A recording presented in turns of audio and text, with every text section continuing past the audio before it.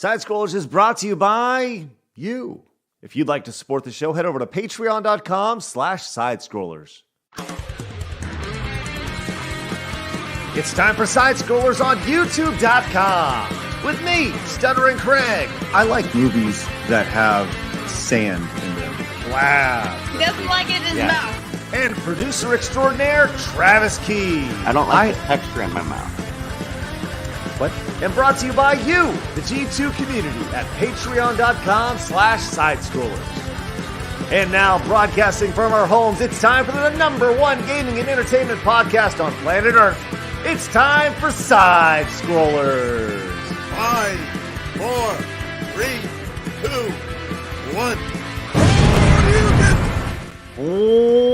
Welcome on out to Sidescrollers on YouTube.com and Rumble.com and Twitch.tv. What's going on, everybody? Hey, I'm Stuttering Craig. Blabs is running the social today. Travis is manning the chat. It's good to see everybody. Thanks so much for finding us. We got an awesome show today. I am extremely excited to have our guest on today, which should have some great conversation.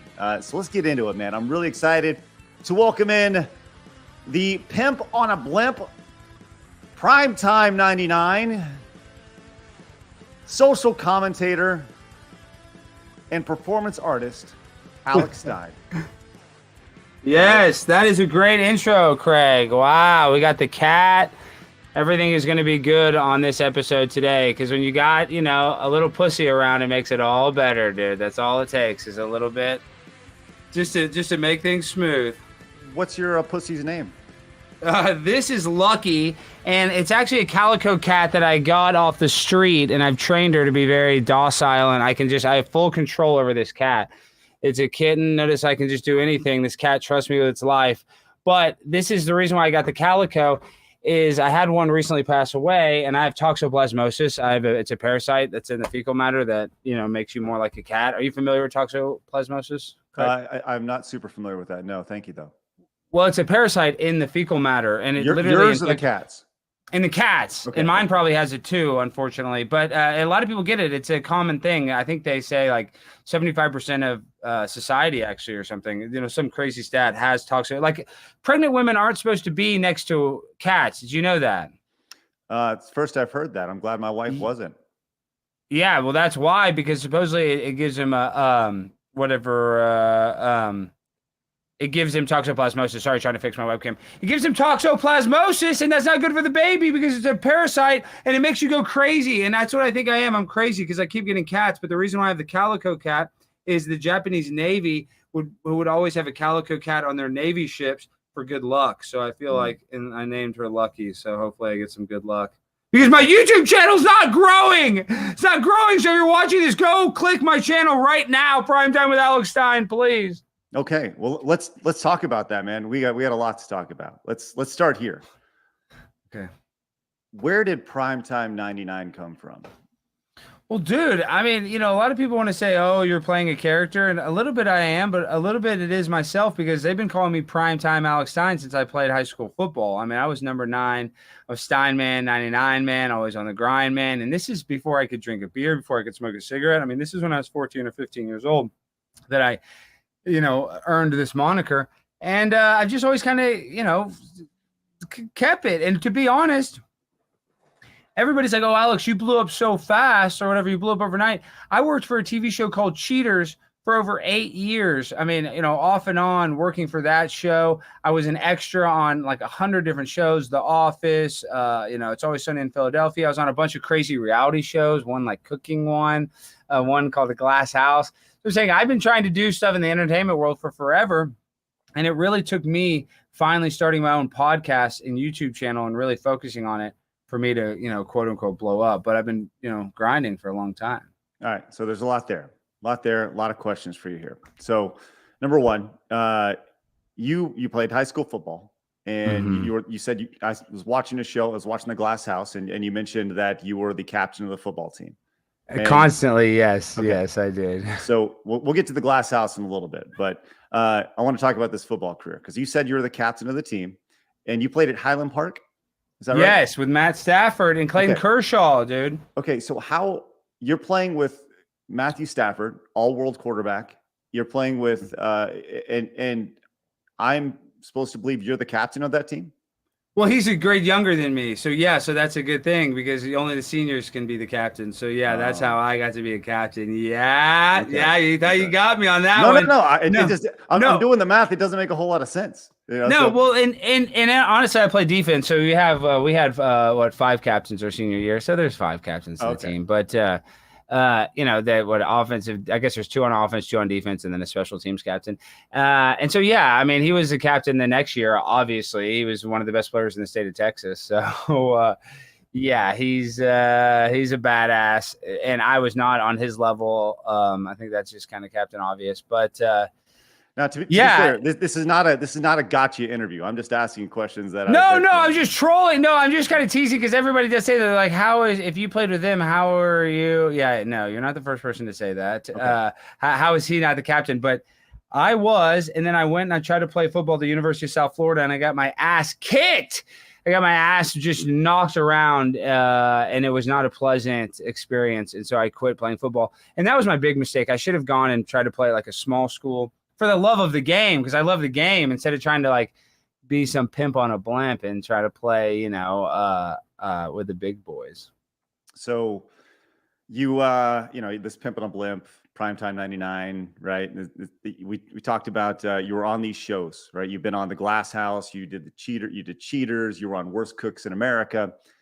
I want to first talk about Cheaters, right? Talk about your role on Cheaters, and then you were passed up for the hosting gig. I've seen you talk about that. You thought it was kind of an affirmative action thing. Cool, whatever. So let's talk about there first, and then I want you to follow up. And I want to know how real that show is, because reality isn't necessarily reality. Well, of course. And, you know, I signed an NDA, so I can only say so much, but your assumptions are probably 1,000% correct with Cheaters. You know, publicly, I've been kind of, you know, I don't say too much, but it's just like all reality TV. I will say this, there's no script. But, you know, everything else is, you know, like any TV show, there's a lot of production involved. But this is the thing.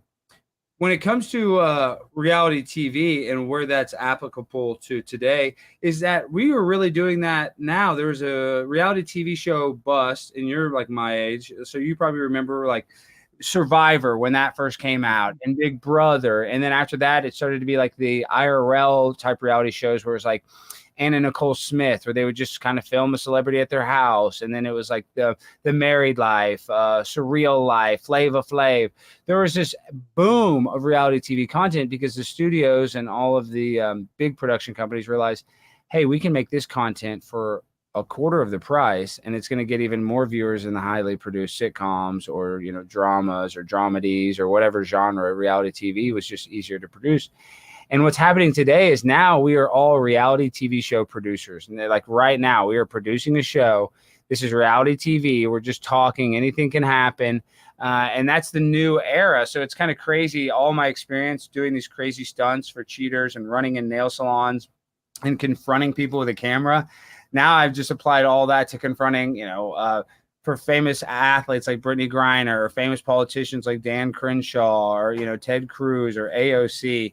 So reality TV, it was very applicable. The only thing, I need to stop using that word, but the only problem is I should have started doing this a lot sooner, because this is what people want to see. This is the new era of content, and it's the independent content creator. Okay, so you've obviously, like, you've had these stunts. You know, you talked about how you are a performance artist, right? That you're not really you're not a political guy, but you just kind of put it out there and you kind of shove what they're saying in their face. And, you know, it's kind of like a dog pooping. You kind of put their nose in it and you say, like, look what you've done, type of thing. Very astute observation. Correct. I would say thank you. Correct. So when you look at your career, right, you talk about how you haven't necessarily blown up. It's been a long grind to kind of be notable in the space. You could see why, you know, you being on reality TV with Cheaters and Glass House, Worst Cooks in America. On those shows, you said you wanted to play a character. You said you wanted to be the villain, right? What do you say when people say that you're more or less playing a character now? You're playing the villain, or you're a clout chaser or a grifter? Well, that's true. I mean, this is I want to make one thing. I won Grifter of the Year, but this is one thing I want to make clear. I feel like the difference between a grifter and somebody that's, trying to self-promote or, become a person of notoriety or something is a grifter, I think, tells lies or tries to sell you like snake oil. I don't try to do that. I mean, I don't really try to sell you anything. I mean, if you watch my show and you would, patronize one of our sponsors, yeah, I would like that. But really, at the end of the day, I don't even want you to agree with me. I'm not a role model. I'm the opposite of that. Like, do the opposite of me.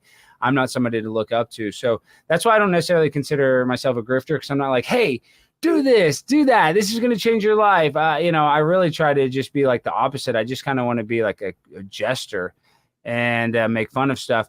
But no, I get that.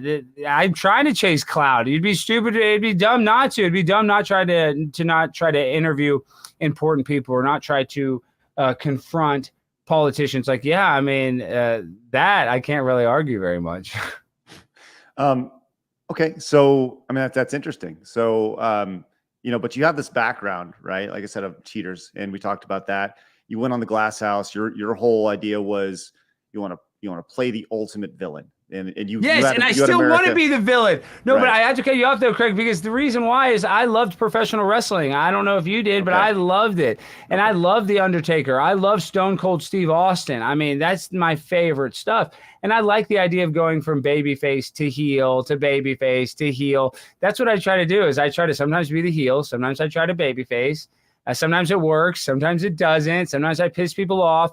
But it kind of goes to where, like, we talk about performance artists. I mean, I do these weird performance and these weird stunts, but I try to be like Andy Kaufman. I try to be bizarre and weird on purpose. So like the idea that like a grift, no, do not be like me. Do not put on a women's bathing suit and run around Target. Do not do the opposite of what I do if you're going to follow any of my directions. Okay. So you mentioned Kaufman, professional wrestling, obviously. One thing that old school professional wrestlers and Andy Kaufman received a lot were death threats, and you've received death threats. You've talked about how they're kind of an honor before, they're kind of like, they're cool because they're almost like, they almost raise your persona a little bit, right? It makes, you're still that bad guy. What's the worst death threats that you've received? And have you actually had any attempts on your life? Well, it's funny because I get a lot, and there's actually some of my DMs. I could probably find them right now. And the only reason I don't share them is I'm always worried. I'll always. Oh crap! Sorry, I'm reading this text message from Roseanne.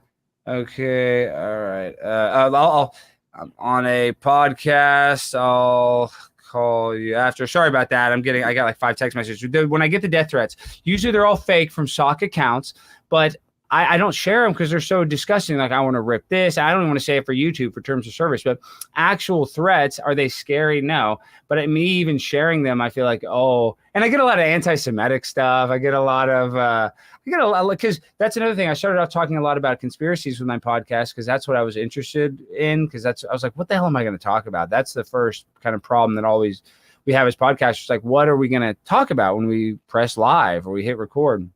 And so I was just really into conspiracies, and now I forget my train of thought. What was I talking about? Oh, the death threats. What I'm saying is, yeah. So now when I kind of blew up and Tucker Carlson had me on and I had all these viral videos, everybody's like, oh, well, you're part of the Jewish Illuminati. You're not talented. You're a plant. You're an industry plant. Like they're calling that Bobby Altihoff girl or whatever. I don't know if you know the girl I'm talking about who's just been podcasting for a month and has already interviewed like Drake and Mark Cuban and Lil Yachty. My point is, everybody thought, so I get hate from the conspiracy people. They're like, it's impossible to go from a small podcast to having a show on the Blaze, which is not impossible. But so I get hate from the conspiracy side, and then I get hate from the left, and then I get hate from the right too, because I'm not conservative enough, because I'm not super conservative. I think we should have socialized healthcare. I believe like the system is racist towards black people. I think that, we have a corrupt judicial system that, marginalizes people. So I'm actually, I have a little empathy for some of these marginalized groups without trying to sound like a virtue signaler or some BLM person, I love BLM.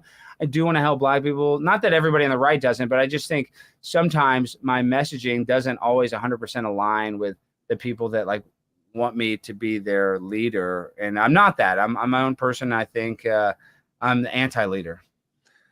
So you're the Charles Barkley a performance art. Exactly, dude. I'm not a role model. You don't want your kids to be like me whatsoever. So do you feel like your approach that you're, kind of out there approach it? Like, I think there's a lot of positives that's come from your approach. Obviously standing up in front of the city council wearing a women's swimsuit or, whatever your approach is, the shock value attached to it. Do you feel that it could actually hurt or discredit at times your cause or your message because of the way you approach it? Well, yeah, I mean, for sure. Yeah. I mean, could it hurt something? Yeah. Because like I could go over the edge, and I always do try to push, the boundaries. So yeah, like me lampooning something, do I like you make conservatives look bad? Well, okay. I mean, that's just part of it. I'm doing something crazy. I'm going to make liberals look bad. I'm going to sometimes make conservatives look bad. I'm going to, just with the stuff that I do, sometimes people are going to catch, whatever collateral damage, but it's not my responsibility. I don't represent any particular identity politics. I don't like identity politics. So it's not my job to represent one entire political party because my leanings are much more nuanced than that. So when people label you right-wing or extreme right-wing extremist, that's incorrect? That's way incorrect, 100%. And they label me that like crazy. And I think Why? It's still kind of funny. Well, because I make fun of transgender issues. I make fun of, a lot of the sexual indoctrination of children because I really went viral as well, going to a lot of these drag queen story time events. And listen, I'm all for gay rights. People, make fun of me because I make fun of gay people. They say I'm homophobic. I'm not. I have gay family members that I love. I have gay friends. So I'm not homophobic at all. I am. And I love the pride flag. This is an example I use all the time. I love the pride flag outside of a bar. Look, I know that's a gay bar. I know I can go in there and get free drinks. But the only difference between a gay person and a straight person is their sexual preference. So that flag celebrates your sexual preference. So I understand there's a time and place where that's necessary. But in a classroom, an elementary school classroom, I don't necessarily think we should have a pride flag there. And me saying that statement alone will say, oh, well, that's bigoted. That's homophobic. No, I don't want to talk about straight heterosexual sexual orientation. I don't want to talk about homosexual orientation. This is a school. And so, I take stances like that and all of a sudden, oh, I'm far right. Or because, and we're on YouTube, we can only say so much, but I don't really particularly love Dr. Fauci. I didn't particularly love the COVID lockdowns. Even though everything's safe and effective and everything the CDC says and WHO says is 100% accurate, because I spoke out against that is where he's right wing. He's 100% right wing because he doesn't like the protocols that they put in place. Yet, a lot of people, and I hate talking about this because it makes me emotional, but I lost my mom. My mom got COVID, and then in the hospital, they gave her a drug that caused her organs to fill up with fluid and died. And that is, a lot of that is to blame. I blame a lot of that on Donald Trump. And, he's a conservative icon. So, yeah, I mean, you calling me far right, that's not an accurate representation of who I am. Okay, well, let's talk about your family really quick. And we'll talk about your mom in a minute, because I think that that's pretty nuanced, right? You've been, in regards to COVID, you were, there's a picture of you with a cake that says, something along the lines of like, COVID is fake or something along those lines. Yes, and then your mom passes from COVID, and there's articles of right-wing extremists, COVID denier, mom passes. Mom dies of COVID. So they're like celebrating it. How did that change your perspective of the pandemic as a whole, and whether or not it was fake or whatever? Well, to be honest, I mean, I don't know what we can say on here because terms of service, but it wasn't COVID that necessarily killed my mom. It was what made her sick, and then she went into the hospital. But it was the protocols there after. It's the fact they gave her an experimental drug that a lot of people were having issues with. So, like I said, I don't want to say too much because I don't want to get us kicked off YouTube. Right. But now, to be clear, we're going to move over to Rumble here in a little bit. We're going to start on YouTube, and we can talk a little more there. But yeah, no, I mean, I guess you would say it just kind of made me become a little more clown pilled or black pilled or whatever pill you want to call it. Where I was just like, man, this system's screwed up. I hate using this word. I don't want you guys to look at me like a victim or have a bunch of oh, I'm so sorry. I hate that. I hate when people will say that to me. It makes me feel terrible. But I was a victim to these protocols. I lost a person I love the most. So I'm not trying to claim to be a victim, but it's like for me, I'm going to fight fire with fire. And that's kind of what made me just, oh, who cares what anybody thinks anymore? Because the person that had my back the most is gone. So it's like, there's like an empty hole in my heart, in my life. And so I just started, when she passed away, and actually I need to get back to that focus. When she died, I was like, well, I'm just going to start making content. I'm just going to distract myself because I was so sad. And so I would go on podcasts. I would go to these meetings. I would film stuff because, editing something takes forever. So I was just like, I'm just going to dive in and just start doing more content and go full blast. And shortly thereafter, I did the vaccination rap. And that rap came out of like a lot of pain and sorrow. And it resonated with a lot of people. And that like just kind of blew up my Twitter. And then I went and I did the women's swimsuit. And then I I dressed up like a Ukrainian Foreign Legion and went and recruited the Richardson City Council to join. And then Tucker Carlson had me on. So none of that would have happened. I probably wouldn't have been as motivated or fired, because there'd be times too where I'm sure you get this in podcasts. You're like, man, I'm kind of tired. I don't want to do this. But I would just think about how I didn't want to walk in the hospital and how scary and how sad that was. Every day I'd walk in there and the nurses were going to be mean to me and they were just going to not be nice. And I had to sit there while my mom can barely breathe. And so I realized after doing that, everything else in comparison is incredibly easy. So that's where, my life just, everything in comparison to that was like nothing. So I was highly motivated. But now that I've had a little success, I need to kind of get back into that psycho mindset. It's kind of hard. You almost need something traumatic like that to be the catalyst that flips that switch. So you actually feel like you've gotten a little complacent recently with a little bit of success, maybe? That's a little bit.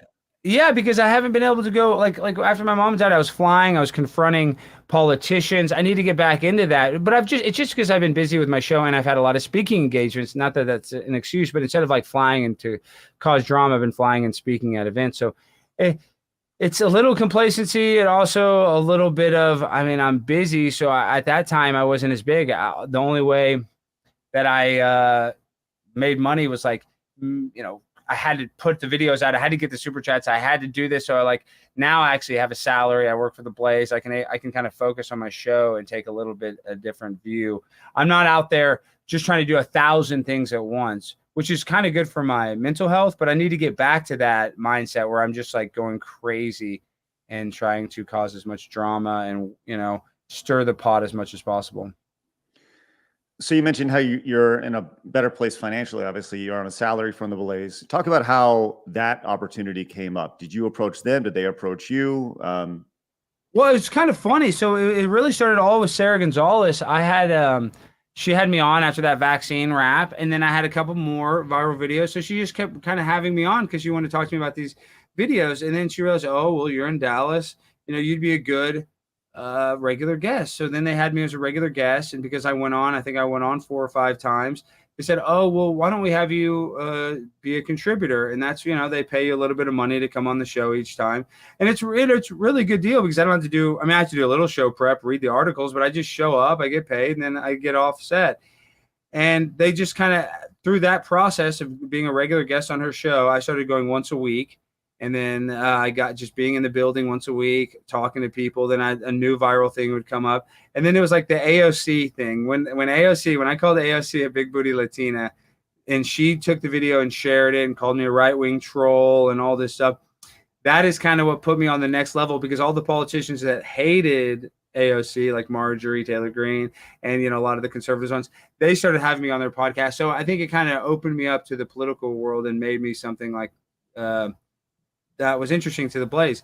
And they got a good deal. Everybody thinks I make that much money. I don't make a ton of money. I make more than what I was making, and I don't have to rely on the super chats. But honestly, on my own, I did pretty well the past year when my channel started blowing up and I was going live all the time. Not that I was making a ton of money, but I was able to do decent, make 6 figures. I couldn't believe it from podcasting, because when I did it Cheaters, I made decent money, but it was just relying on people to be there on time and this to go bad. It's so much nicer when you only have to rely on yourself. And so I went on my own, made money, and then the Blaze was like, oh, why don't you sign a deal here? And then now I'm kind of back to where a lot of people are I'm responsible for people.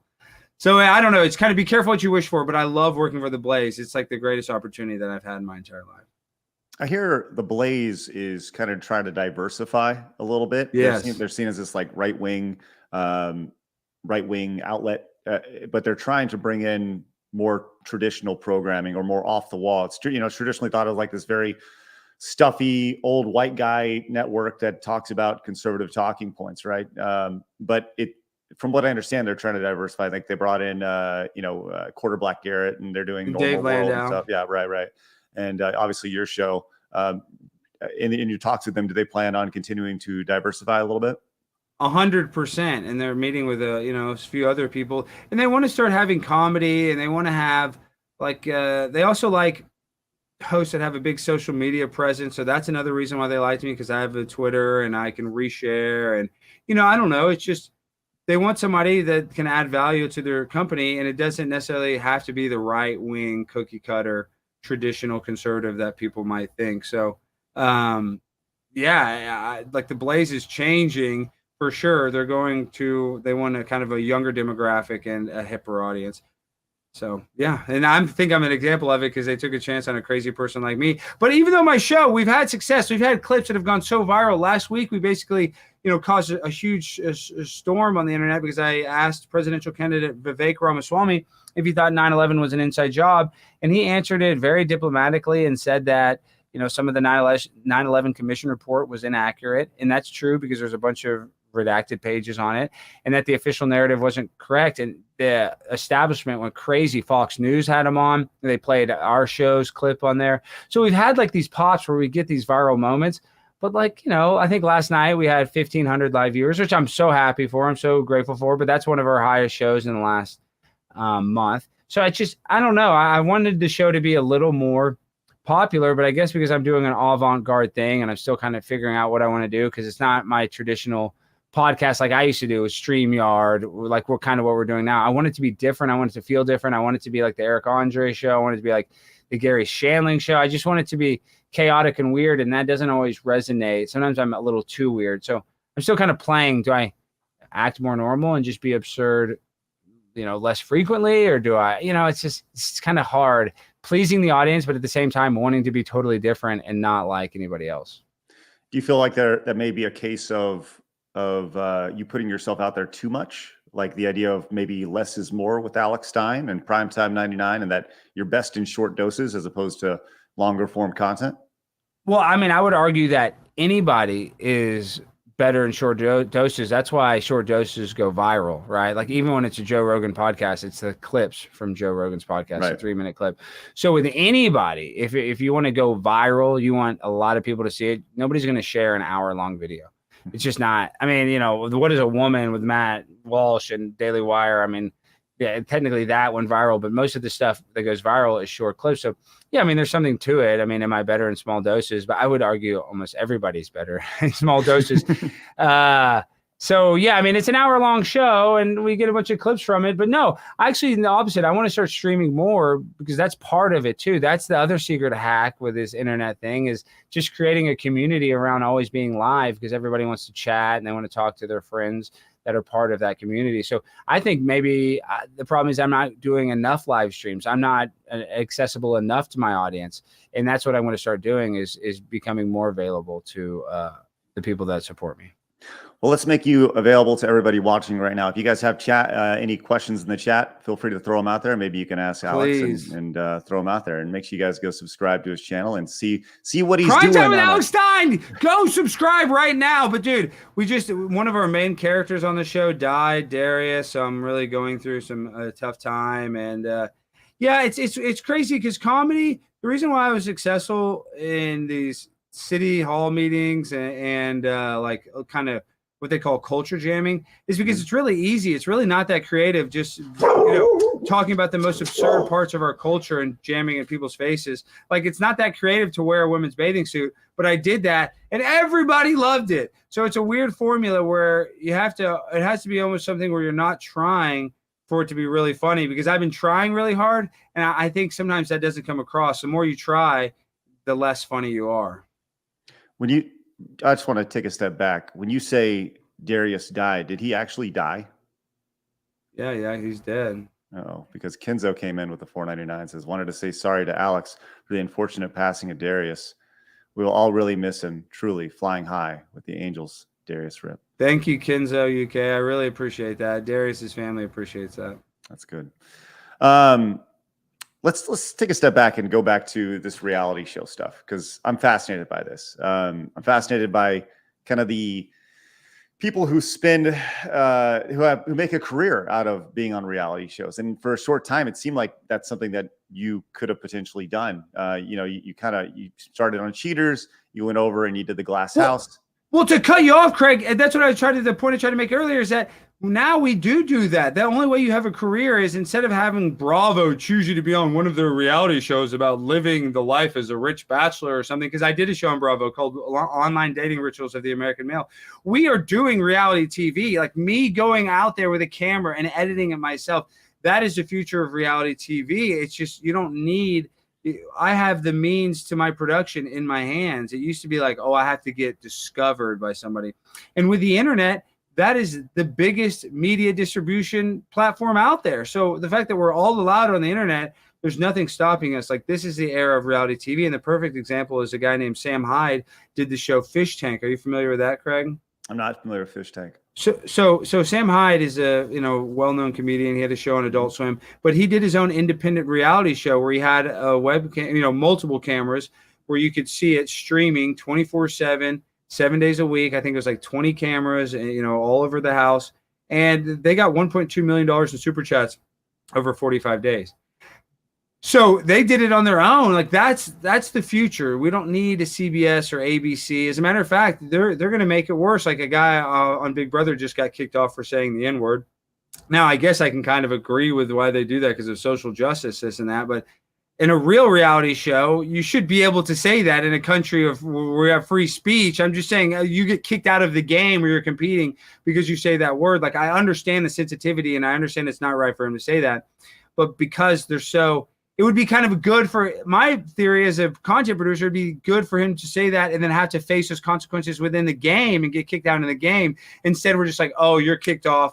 That's what I don't like, is that the overproduction of quote unquote reality TV, that's gone. Everything's overproduced that you're going to see on TV. So we are the new reality TV. As a matter of fact, all these IRL streamers that are basically like crackheads that just get their super chats to do fentanyl and live in RVs, that's probably better than any reality show that Hollywood can produce, because that's actually real instead of just, fake, manipulated bullcrap with outcomes that are all about political correctness or, making sure a narrative looks correct. It just sucks that it's not real reality TV.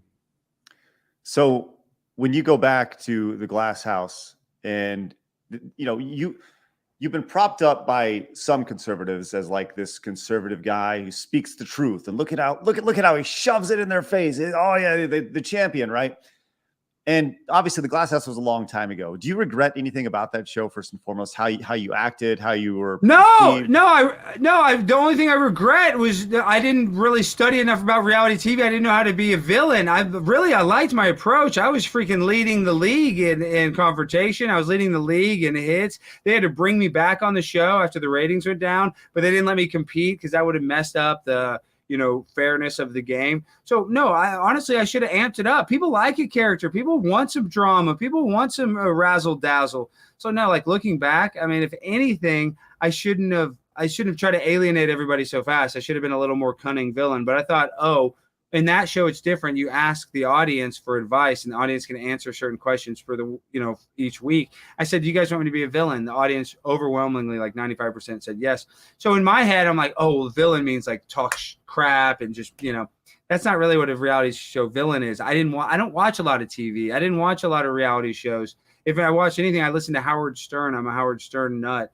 So I should have done a little more studying of like Big Brother, because I didn't watch that show before I went on a show that was basically identical to Big Brother. So I'm a little, if anything, looking back, I should have done a little more research. But no, my approach, I think that I was the most entertaining person in the house, and I don't think that's even arguable. What do you think about Howard Stern today? Do you feel like he's kind of gone off the deep end a little bit? Or? Sucks. Howard sucks. What are you talking about, dude? He's the worst. He used to be so badass, and a man, a blue-collar worker that listened to him all day. And I grew up as a young kid, my mom taking me to school, and we'd listen to it every morning. So then he had the E! Show. I watched every episode of the E! Show. Then I had satellite radio. I had Howard TV. Now, I'm a huge fan of his. But that shows you where I can actually agree with somebody if their political leanings are different than mine.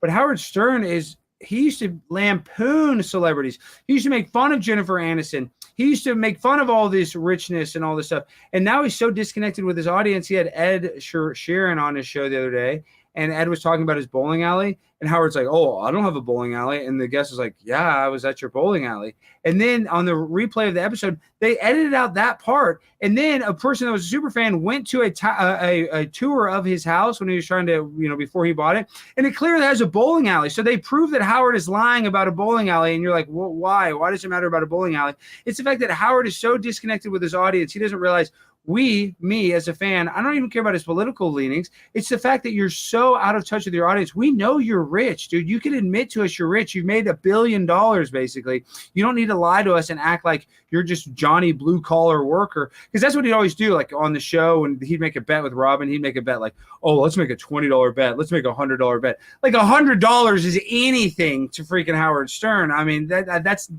he wouldn't even notice if $1,000 went missing, much less $100. So he's always tried to give us the impression that he's just this kind of blue collar guy. And he's not. He's become the Hollywood elitist that he always preached against. So that's why I don't like him. It's not even his political viewpoints. It's just that he's totally changed, and he doesn't care about the audience. He doesn't care about his long-time fans. As a matter of fact, he'd rather just kind of lie to us than tell us the truth. I feel like when you go back and you watch a movie like Private Parts, I'm sure you've seen that. I'm sure you're a big fan of it. Best movie ever. One of the best. And he's in there. He's playing the drums as Mama Akaburude, whatever her name is, and she's the traffic, whatever. And she's saying, "Kill, kill, kill the white man." I feel like if he was to critique his own movie, he would want to cancel himself. At this point, totally inappropriate. But he wouldn't. No, because no, Craig, you have a point, but it's much worse. When Rogan recently, they played a clip of Rogan saying the N-word like 38 times. Do you remember that? And like they tried to cancel him for that, which he always, there's not one instance in that video where he was saying it like in a derogatory term. I think he was like reiterating other people saying it, but either or, I think Joe should, it's not a good word to say, but he said it in a entertainment. He's allowed to say it, I guess is my point. Howard Stern, they asked him about that. There's clips where he had Snoop Dogg on. Howard Stern has said the N-word 1,000 times on the air. I mean, you can go on YouTube and find all these clips. And then he was asked about it on The View, and he's like, oh, I've never said that. I think I may have said it on the air one time, which is provably false. He says it all the time. So it's, dude, he wouldn't even admit that. How he would say, oh, well, Mama Luca Boo Boo Day, when I was doing that, racism wasn't as bad as it is today. Like, he still won't take accountability for the racist things he's done. So he wouldn't try to cancel himself. He would just try to justify it because Howard is not based in reality. So let's take a step back, because you said something about Rogan and just the N-word as a whole, and you said, well, he's allowed to say it, right? What's your stance on the N-word, right? Because some people say you can't even say the N-word, let alone the actual word, right? No, I know. Well, I mean, we can say the N-word because we're talking about the word in a way that's politically correct, and maybe there'll be a future where we can't even say that term. But no, I mean, I don't think it's a good word just use in your everyday dialogue. I mean, him saying it on a podcast for entertainment purposes, I can understand that he wants to be shocking. I'm a shock jock. I don't say that word. I mean, if I ever say it, it would be, I just don't ever say that word publicly. Have I said that word? Yeah, of course. Everybody said it. I'm saying it in my head every time I say the N-word.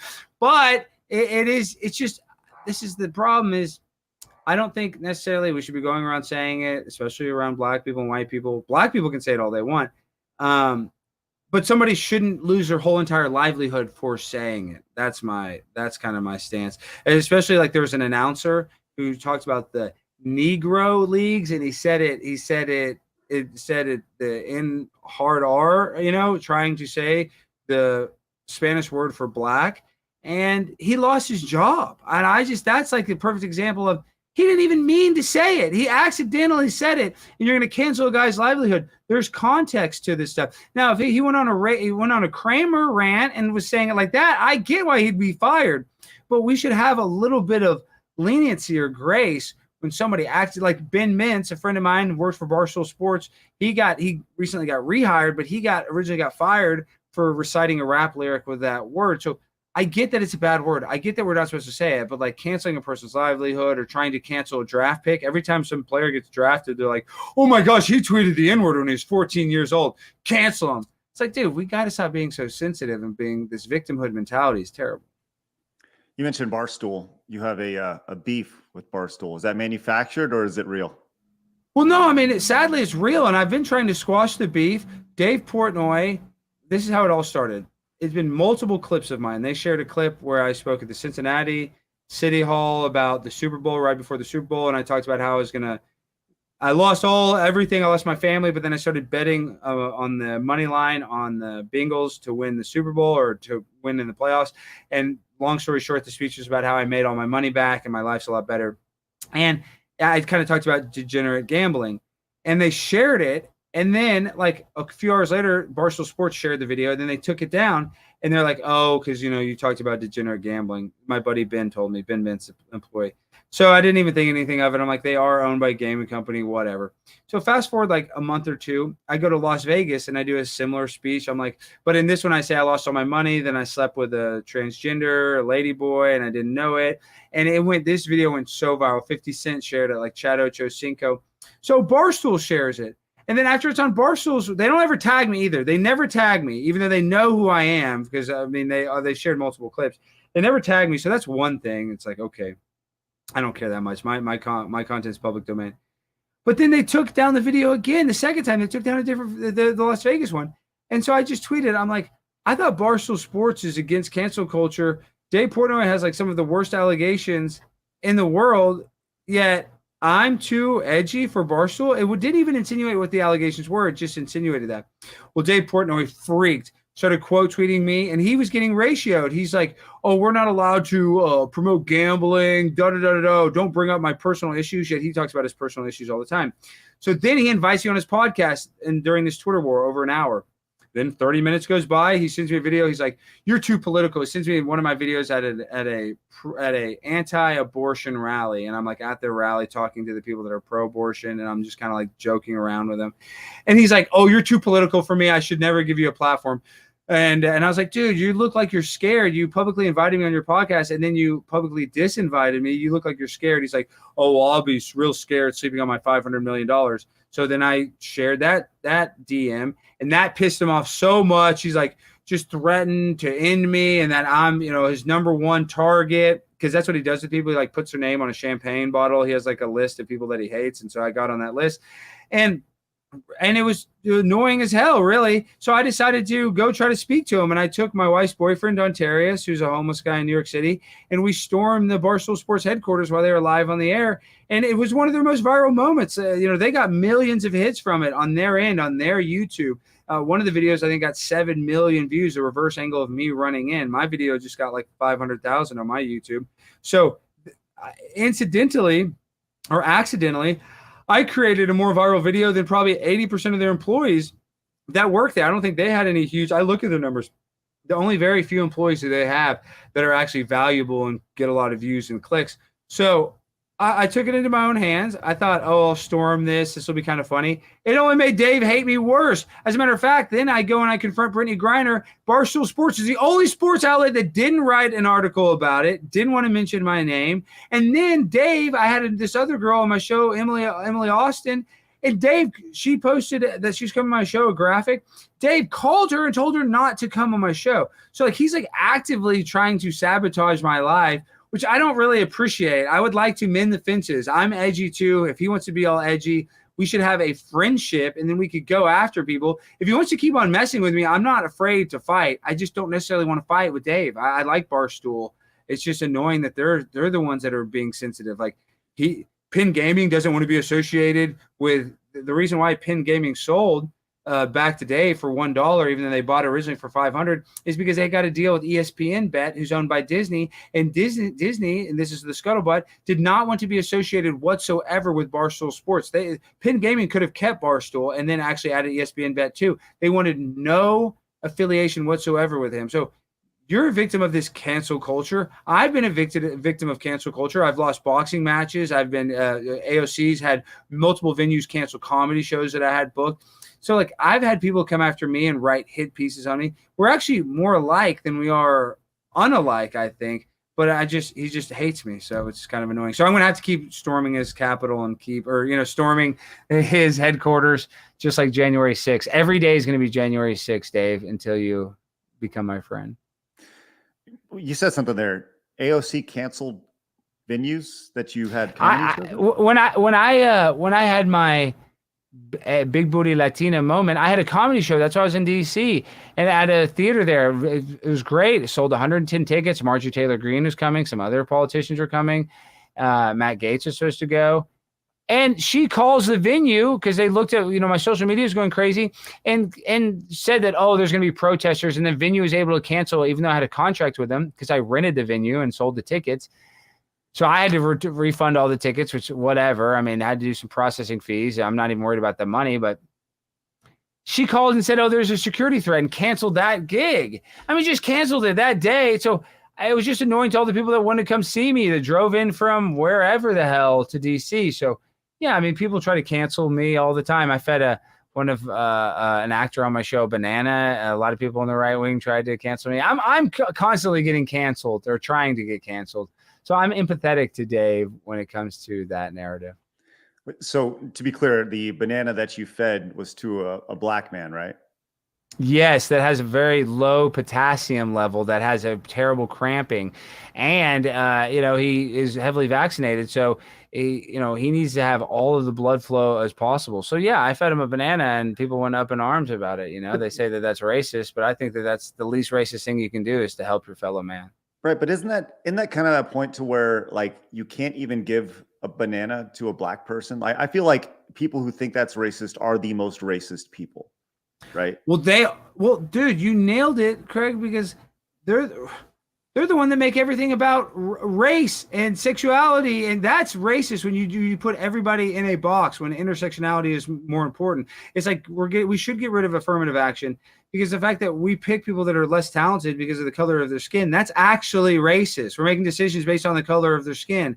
So yeah, I mean, I do, I say this, and on the exact same time, I do think we should help out marginalized communities. I do think the black community is a victim of the system whatsoever. So, it's a very nuanced thing, but we should be able to lampoon. I loved movies in the 90s that were drinking your juice. Don't be a menace in South Central or drinking your juice in the hood, or the Wayans brothers. They had some of the best black comedy movies ever. And all those movies did was make fun of black culture, and they were funny and it wasn't racist. And obviously it's a black person make fun of black culture, and I'm not saying a white person just bash black culture, but we should all be able to make fun of. They make fun of white culture. They make fun of Chinese culture. We make fun of everybody's cultures or stereotypes.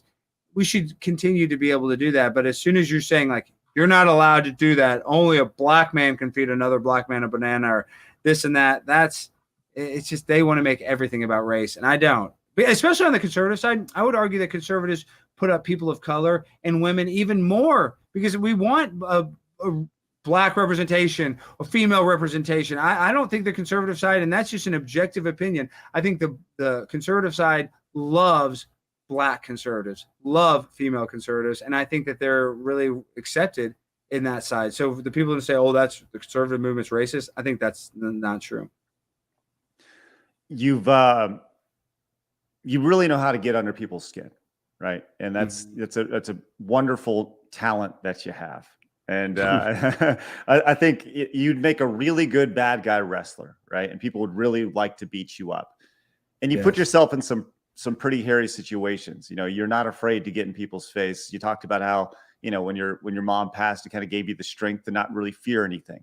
But there has to have been a situation where you're like, oh shit, I'm going to get shanked, right? Like surely there's been a situation where you feared for your physical well-being.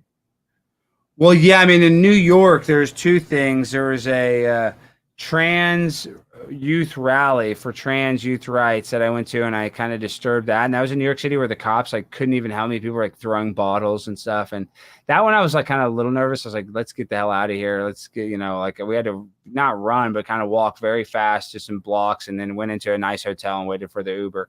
But yeah, that one was crazy. But one of the craziest I think was in the Capitol, the AOC one or Dan Crenshaw multiple times. Every time I get questioned by the Capitol Police in DC, I get a little nervous. Like I film and I'm like, what are they going to do? They're probably going to arrest me just to arrest me and then figure out later what to do, you know, just to jam me up, even though I didn't do anything illegal. They could say, oh, I harassed, I threatened. I mean, who knows what they could say. So when I've been most nervous is when I've been detained, not just by cops. I've been detained by cops all the time. I don't mind the cops in Dallas. They're pretty laid back. But the DC Capitol Police, those are the only times where I'm calling my attorney. I'm like, okay, this is not going to be good. Probably this is not going to be good. Luckily, they just detained me and let me go. But I mean, after January 6th and stuff, they can say whatever they want just to get me charged, and then I'll worry about it in court because they don't care. They just want the publicity of arresting me. So that's when I've been the most nervous. Am I nervous for like my well-being? I mean, these people at the trans rallies, they have guns and stuff. So I guess I'm kind of worried maybe they could shoot me, but no, I'm not too worried. You get so much adrenaline at these events. Have you ever been to a protest, Craig? So the closest thing that I've been to from a protest perspective, I would say I was driving. It was after Roe versus Wade. And there were some people on the side of the road and they were really upset and they had their signs out and they're yelling and they're, you know, yelling at cars going by. And I stopped to actually talk to them because I wanted to like hear their perspective. Right. And be like, so talk, you know, I was like, you know, I'm walking up and I was shunned before I even got there because I was told, you know, you're not allowed to be here. And this is exactly what they said. You're a white man. And you're a white man. You can't be here. And I made a video about it, you know, it was before the Sidescrollers channel and stuff. And I just kind of talked about it. And it was amazing to see the response. Most people were like, well, that's really shitty that they wouldn't even talk to you. And other people were like, you need to respect their emotions at that time. Because, you know, at protests, it's a very emotionally charged thing. Right. And my big thing is I want to have a conversation. I would like to hear your perspective. Right. I think there's nuance in every argument. Right. So yes, I have attempted to have conversations, but in an emotionally charged environment, chances are that's not going to happen. No, and that's exactly right. And I was only started going to protests when the COVID narrative started. And that's the first time I'd ever been to a protest. I think maybe I'd been by stuff when people were protesting, but like actually going and trying to talk to people. No, you get adrenaline. It's crazy. So that's probably why I'm not as afraid is when you're kind of going there, you're being combative or people are being combative towards you. It's like, you know, your kind of head is in a different place. You got a little pep in your step at these protests. At least I do. So I'm not too worried about getting hurt. And I've had hot coffee thrown on me. I've been punched. I've been scratched.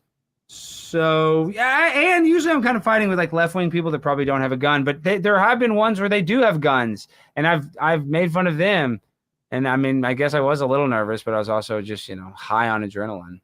Have you thought about pressing charges anytime you've been punched or scratched or anything like that? Well, I mean, it's funny you say that because I'm very litigious. I sued New York City Council because they kept on. I was zooming into all their meetings, and then they kept on like kicking me off the meetings before I could speak, just because who I was. And they didn't even want to go to court. They just settled the lawsuit, $15,000 settlement from the city of New York. And so that was good. And I'm also suing Dallas County because they cut me off at a county commissioner's meeting because I pulled up a magazine that did an expose, or it was like a puff piece written about the Dallas County judge, and it just mentioned in college he did a panty raid at Baylor University where he got arrested. He wore blackface to cover their face in black so they couldn't see him at night, and stole a bunch of girls' panties and got caught. And I just started reading this. I just started reading it in the commissioner's court, and they grabbed it and they kicked me out and they dragged me out. So I'm suing them, and they've already tried to settle, but I was really pissed and embarrassed. I'm trying to get a lot more money from them. So I want to go to court because they did violate my First Amendment right. They actually physically dragged me out. In New York, they just cut me off. So I'm suing the police, the county police department, the sheriff's department, and the city police. So that one's a little bigger one. But like, I want to sue just a normal person that's probably on a bunch of gender hormone stuff? No, I don't want to. I mean, I don't want to like just sue a normal person. But if they're like AOC, I'm suing her because she blocked me on Twitter, and I'm just suing her to unblock me. So if you're like a bigger person and you can handle it, I'll sue you. But no, I don't want to sue. People always say that. Why don't you just sue them? They beat you up. I'm like, I don't want to just sue a nobody that's going to ruin their life. I don't care about that. So when you go to these city hall meetings, because you've throughout the North Texas area, you've been to many city hall meetings, and you've that's where you kind of do your stunts or your art. Yeah, art in quotations.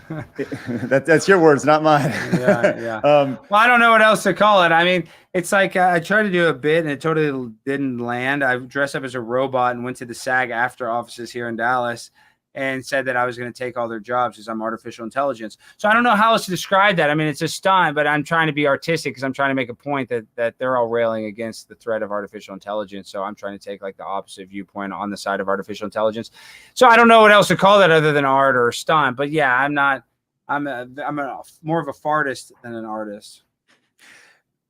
So when you go into these meetings, is your goal? What's your goal? Do you go in with an agenda? Is it I want to make this point heard? Because I've heard you say, or I've heard people talk that, when you go in and you rap, it's all freestyle. You don't have anything. You obviously want to make a point, but if you get kicked out, that's actually a good thing. And it could lead to a potential lawsuit, for the violation of free speech. So it really kind of seems like it's a win-win because you gain notoriety, you gain clout, and potentially money from a settlement or a lawsuit when they kick you out. Do you kind of see that's that as a little win-win? accurate? Yeah, well, because dude, I went and I spoke, and I say this all the time. I spoke very earnestly. I think when the first time I spoke in Dallas City Council, I made like a 9/11 joke. I spoke serious about the COVID protocols, but I was like, you're going to use COVID just kind of like you use 9/11 to like march us into the new world order. It was even more conspiratorial than joking, but like I knew it's not the place for that. And dude, nobody paid attention. And then I spoke a couple more times, and I was just more serious than I was joking. Like I think I said some like sarcastic jokes, but nobody even paid attention. But as soon as I started going crazy, as soon as I started acting like an insane person to where they didn't know what the hell was going to happen, because there's a lot of crazy people that go in there and say, the cops came to my house, or the city's listening to my iPhone. There's people that go crazy in these meetings. They've seen crazy, but you have to like go so crazy that they're kind of scared. Like, what is he going to do? Is he going to jump over the podium? He's rapping, he's yelling. You have to be so bizarre to actually get these people's attention because they're always looking at their phone. They're not paying attention. So that is what became my, I guess, weapon of choice, is just absurdity, because you only have 3 minutes. It's an open mic. And if you try to be serious, because I saw so many other people serious talk about how I remember one, I got to find this because I talk about this all the time, where the guy was like so sad because his neighbor's house caught on fire, and then his house caught on fire while the fire department was there. He's like, the fire department was there and my house caught on fire. Like, what do I do? I'm just sitting there. I'm a loser. I didn't have fire insurance, blah, blah, blah, blah, blah. And you're empathetic to this guy. You're like, man, his house didn't even catch on fire, and the fire department was there, and still the fire still went next door to his house. And the city council just sits there like, all right, that's your 3 minutes. Thanks, Mr. Montgomery, or whatever, Mm-hmm. And I could just tell after seeing that, I'm like, well, I need to make fun of them. I need to call the mayor bald if he's bald. Not that I want to take personal insults, but just you kind of have to. You need to say their names. As a matter of fact, they made it illegal to say the names in Dallas. When I go to the Dallas City Council, you're not allowed to refer to them by their first name. So yeah, you gotta really kind of make them like expect the unexpected to get their attention. And then once I started to get their attention, it started to get other people's attention. And that's like the vaccine rap. They hate it because it's an ultra serious room and everybody thinks they're so important. Oh, I'm the city councilman of District 5 of Dallas. Like anybody gives a shit. And everybody's in there just basically self-congratulating themselves for being there. And when I go and act absurd, I make a mockery of it. And they are visually, like visibly, you can just see it on their face, like pissed off. And that's when I knew it was good. The more pissed I could get them, the more the viewers watching the content liked it. So speaking of getting everybody's attention, I want to let everybody know we're going to move over to Rumble, because then we're going to get into some spicy stuff here in just a couple minutes. Some things that we can't talk about on YouTube. So or Twitch. Anywhere. Or anywhere, right? So we're going to head over to Rumble. It's rumble.com/Sidescrollers. That's where we're going to finish up over there. I encourage you guys to head on over there. And number 1, follow. Number 2, watch the show. We'd really appreciate that. But before we do, I want to read some of these super chats, and then we'll get to the Rumble rants over on Rumble as well. But appreciate you guys tuning in. If you're new to the channel, make sure you guys hit the subscribe button. And, of course, hit the thumbs up button. We're trying to get to 300. Can we do that? I think it would be great. Let's go. Hit the thumbs up. Let's go. All right. So Mike has bad knees. Comes in and says, this could be a little early for this question, but Alex, favorite troll job you had that did not go viral? I mean, that's a good question. I've had a bunch. I mean, I remember I had a video where I went to a Black Lives Matter rally, and the woman, it was right when Patricia Cullors, the person who runs it, bought like a $3.6 million house. And actually, it's funny that I'm happy that person asked that question. I need to reshare that. Because dude, that's another thing is I built up a channel on my own, Conspiracy Castle. But after January 6th, I started to get all these strikes. I had to delete the entire channel. I had 47,000 subscribers, good subscribers, people that watch my show. Every video got 20,000 views, in my live streams. And I deleted it because they changed the narrative, the terms of service, where I had to delete that. So there's a lot of trolls. I have a backup of every video that's on there, obviously, and I need to put them up. But, it's hard to curate a channel organically. It doesn't beat it than you building it up over 2 years. Like, you know what I mean? Even if I go repost that. So there's some videos on there I need to repost. But the Black Lives Matter, where the woman gets mad at me because I bring up Patricia Cullors buying the house. She's like, oh, well, she's helped a lot of other Black people. She deserves that house. She just kind of looked dumb. So that one didn't go viral. The SAG thing I just did, I just mentioned that that got like 100,000 views on Twitter, which is not that good for me on Twitter. And so yeah, I mean, there's been a bunch. There's been city councils that I went to that were just whatever that I showed up to. So yeah, I think with all content, it's for me, I don't like to do the overproduced stuff. I think perfection is the enemy of good. So yeah, there's a lot of stuff where I've just tried and it did not work. And then there's stuff that I didn't try that hard that went dominant. Like the vaccine rap. Like I literally was like, oh, I'm gonna go rap about vaccines, but the music didn't work. I just basically freestyled that. And same with the Ukraine rap, put a bullet in Putin's brain like that. So it's just crazy what goes viral. You can spend all this time work on something and then it's a dud, and then you spend like no time and it happens to be a hit. It's really weird sometimes. Because it's organic. Feels good. It's organic. Yeah, exactly right. Paul came in and says, Pimp on a Blimp, PrimeTime99. Thank you so much, Paul. Appreciate you, buddy. He says, Centenario says, Alex, oh my God, how are you? I would go gay for you. Will you be in Houston for Anime Matsuri? Both of you should be in Friday Night Tights. That'd be fun. Well, I'm thinking about it. They're doing the American Liberty Awards. Isn't that this weekend? I don't know. About I think Anime Matsuri. I think it's on the 12th. I may try to go on Sunday. I might. But for that $20 super chat, it's going to take a lot more to make me go gay. So it better be a $200,000 super chat for me to go gay. Cajun Corey says, my wife's boyfriend sold his prosthetic leg so he could go to the FNT Dallas. See, Cajun Corey's my friend. We were talking about. That was the first guy that made that joke viral. He's at the College World Series. He's like, yeah, my wife's boyfriend sold his prosthetic leg so I could be here. It's the funny. And he's on a real news station. It is so funny. It's one of the most funny videos ever. But Cajun Corey's a man. Good to hear from you, Cajun Corey. Yeah, he's great. He pops in our chat all the time. Kyle came in and says, Alex, I got to ask, when I visit DSP Gaming's Twitter, X, it says you're following him. Are you a fan of Darkside Phil?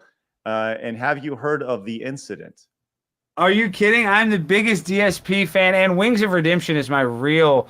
And I don't even play video games, and I love DSP. Well, of course, I found both DSP and Wings of Redemption. I'm sure you're familiar with Wings too. Are you familiar with Wings? Yeah. Well, I found them both because they've been on the internet for forever from like hate sites. But then I kind of the opinion, because I have people that do hate content about me. Like I'll make a video, then they have to react to everything I do. I like to think of the people that do that are super fans. Like they might disagree with you, but really if they're watching all your content, editing and commenting, like you are a fan. It's kind of like in the Marvel verse. What's the girl we hate so much from Miss Marvel? What's that actress's name? Yeah, like we hate Brie Larson, but we almost kind of unironically like Brie Larson too in a weird way, because we make fun of her so much. It's kind of like AOC. I made fun of her so much, I kind of unironically like her now. It's weird. And so all these people that would do that to DSP, Darkside Phil, I still don't really watch Darkside Phil's content, but I'll go look at his channel. I do like to watch the reaction channels of him, but I like Darkside Phil. I know he's crazy. I know he kind of rips off his fans. He begs for super chats, his fake super chats, like won't invest in his streaming, all this stuff, all these bad things about him. I kind of like him because of those bad things. And that's the same with Wings of Redemption.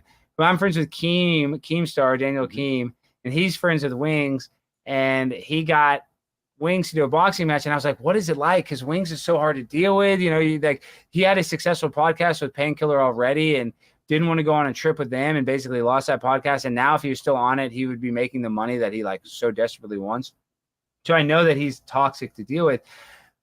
But Wings is hilarious. That toxicity is why I like him, because he's annoying, because he doesn't want to put in the effort to be a little better or go on a trip. So I guess the stuff that we hate in these people, we unironically like too. Is so Dark Side Phil, I like him. Is he annoying and stuff? Yeah. Am I annoying? Yeah, probably a little. Is Wings annoying? Yeah, but it's very funny and entertaining.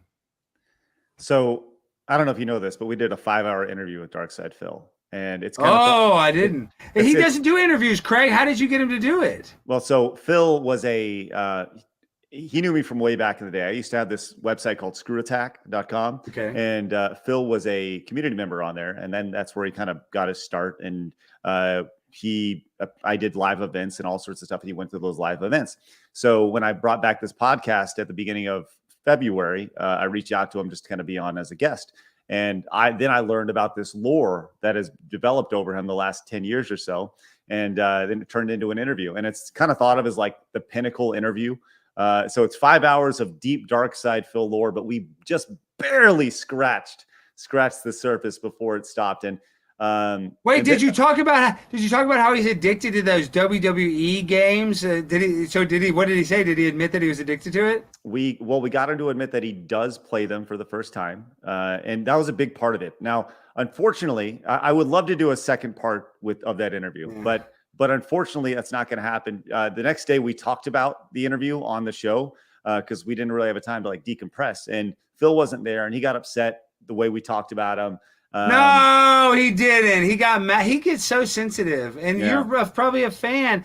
And like that's the thing is he gets so mad at Keemstar because Keem said he's like stuck on level 1, which is true. He's been doing this forever. He has a big audience, but like he's because he's so butthurt and so sensitive. That's why DSP can't grow. Well, Keem actually was on our podcast with Dark Side Phil. So like, I'm telling you, if you, I need to go back and listen. Yeah. Because I like I said, the things that annoy you, I mean, the things that annoy me about DSP, I still kind of like I think it's funny. He gets all those super chats and he just wastes it on a video game where you just buy cards. You know, the game, he loves skill games and he spends all his money on a game that has no skill. It's just you just pay money to play. That's all you do in the game is basically buy the best card. So, yeah, all that craziness. I do need to go and listen. I love the Dark Side Phil lore. You will. It's the fastest 5 hours you'll ever have. And I will say this. And for the record, I would love to do a second part with Phil. And we can do it on his channel. We can do it on whatever outlet he wants to do it on. Right. But Phil has to want to do it. He thinks he thinks that we used him for super chat money. Right. Yeah. And it's that wasn't the case at all. All we did was essentially like we got done with the interview and he was like, oh man, that went really great. And then he got upset about us talking about it the next day. So whatever. Like I said, the invitation is always there because I think that there's so much more we didn't have an opportunity to cover. And you know what bugs me is that Wings of Redemption and Dark Side Phil have made more money than you and me combined on the internet.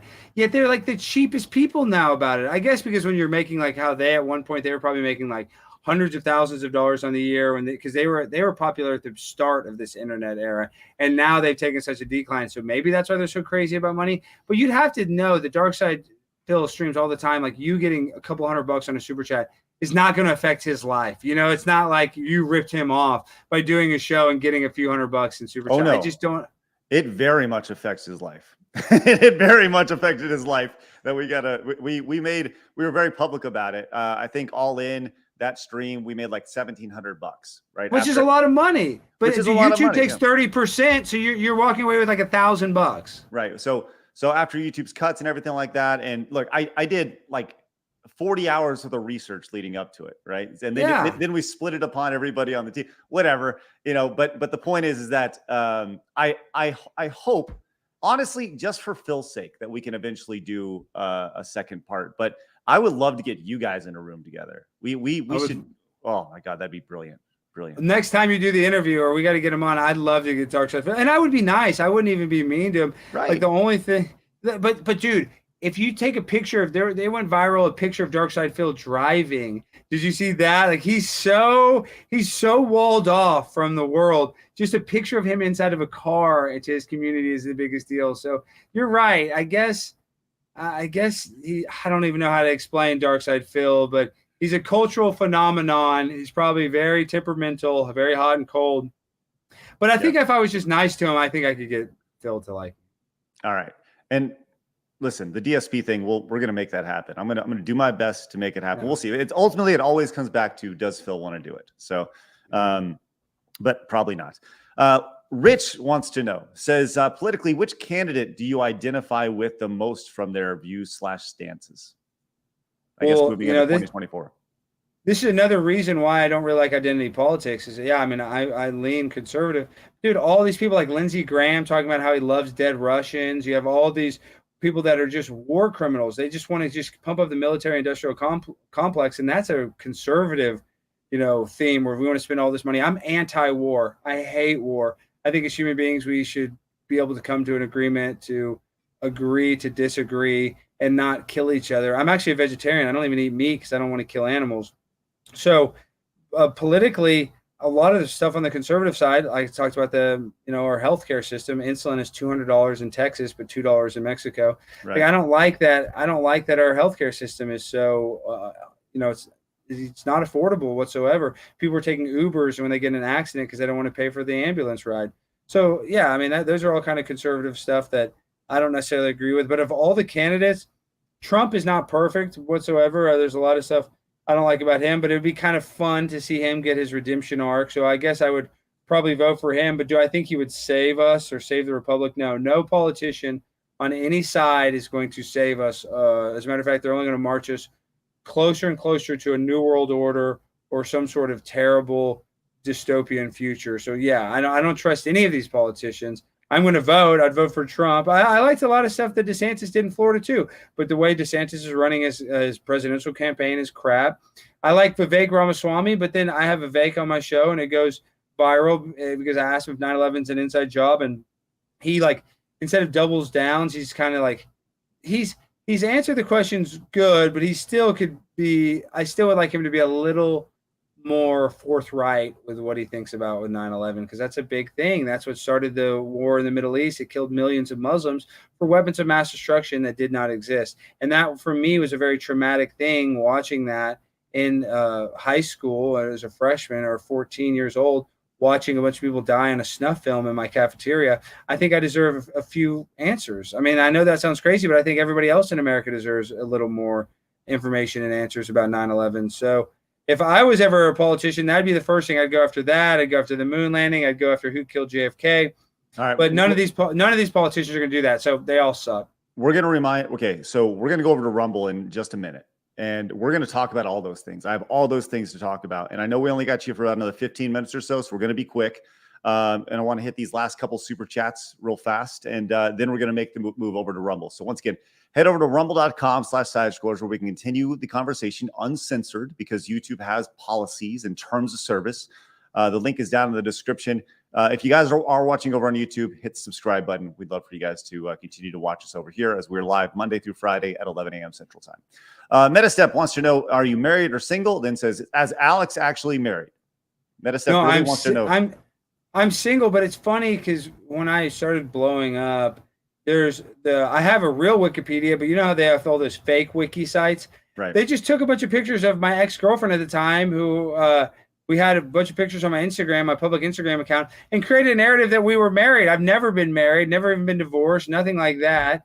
And so, yeah, some people think I'm married because there's an internet website where it's like one of those fake wiki sites that says I currently am married. Not married, single, actually recently kind of going through a breakup. So I'm ready to mingle. So all the ladies, hop in my DMs. Let's get things started. Nice. All right. Well, I'll tell you what, I want everyone to hop over to Rumble right now, because we're ending the stream over here on YouTube. Now, if anything we can talk about can be talked about, we'll make sure to post clips over here on YouTube as well, because we're about casting the net as wide as we possibly can. So, but right now, if you're watching live, rumble.com/Sidescrollers, we will see you guys over there. And we're going to continue and talk conspiracy theories with Alex Stein. Let's get deep. Let's go crazy now. All right, Twitch, we'll see you later. Bye-bye. Get out of here. Bye, Twitch. Rumble, we're coming your way. And YouTube, we're going to finish you guys off right now. Goodbye, YouTube, right now.